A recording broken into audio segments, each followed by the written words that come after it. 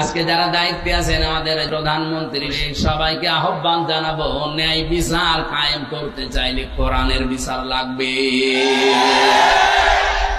এটা যতদিন পর্যন্ত কায়েম না হবে, শুধু মুখে বলে ন্যায় বিচার কায়েম সম্ভব না। আল্লাহর নবীও নিজে জীবদ্দশায় চেষ্টা করেছিলেন হিলফুল ফজুলের মাধ্যমে। 23 বছর পর্যন্ত চেষ্টা করলেন, 17 থেকে 40, 23টা বছরে ফল হয়েছে 0, কিচ্ছু করতে পারেন নাই।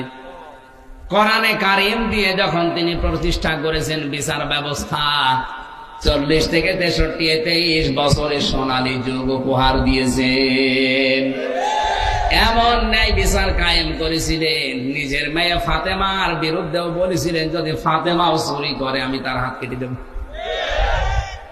আজকে যদি এই নিয়মটা আমরা বাংলাদেশে কায়েম করতে পারতাম, কোরআনের ব্যবস্থাটা, আমার তো মনে হচ্ছে এই দেশে কত নেতা, কত খেতার বউ, স্ত্রী, ছেলে, এমনকি নেতার হাত পর্যন্ত কাটা পড়ে যেত।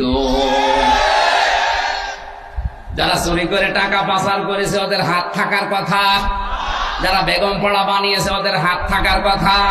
তাহলে এই দেশে হাত থাকার কথা না কতজনের আপনি বলেন? এরা জীবনেও চাইবে যে কোরআনে কারিমে ওয়াস-সারিকু ওয়াস-সারিকাতু আয়াত সংসদে যাক।